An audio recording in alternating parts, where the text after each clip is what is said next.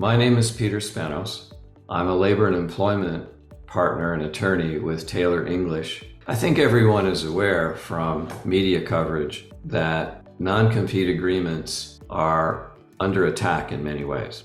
One principal thing that occurred beginning in late 2022 is the Federal Trade Commission announced that it intended to place into effect a final rule under its jurisdiction to enforce the antitrust laws that would regard all forms of non-competition agreements as antitrust violations, with only one limited exception, and that is where it's done in connection with the sale of a business by a principal owner who is, in essence, transferring the business to someone else and can be asked not to compete in the future.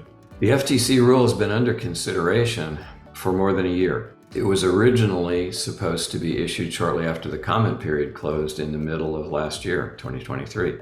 Its implementation has been delayed. Nevertheless, the FTC's efforts have sparked efforts in other states, such as New York, to also adopt wide-ranging rules that essentially outlaw covenants not to compete. In some states, covenants not to compete were already lawful, such as California or Colorado. But the FTC's effort and publicity in this area and work by nonprofits and other advocacy groups have spread the idea to other states. So what we have now is we have a situation where traditionally the legality post-employment restrictive covenants, such as non-compete agreements, varied from state to state anyway. The FTC might act at any moment to take away all those state laws and outlaw non-competes on a national basis. In the meantime, even if the FTC takes no further action, and there was a lot of opposition to the FTC's rule, which they're still sifting through, even if the FTC takes no action, it's likely that an increasing number of states will take actions to wholly or in large part outlaw non-compete agreements and other post-employment restrictive covenants.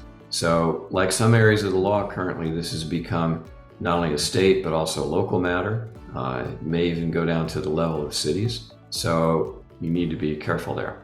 One final note, and that is there's a recent development in California whereby if you have employees currently covered by a non-compete agreement, you have to notify them this month that non-compete agreement is withdrawn and null and void. So if you do have employees in California or former employees with that, you need to seek immediate legal counsel on that topic. I hope this is helpful, and thank you for your attention.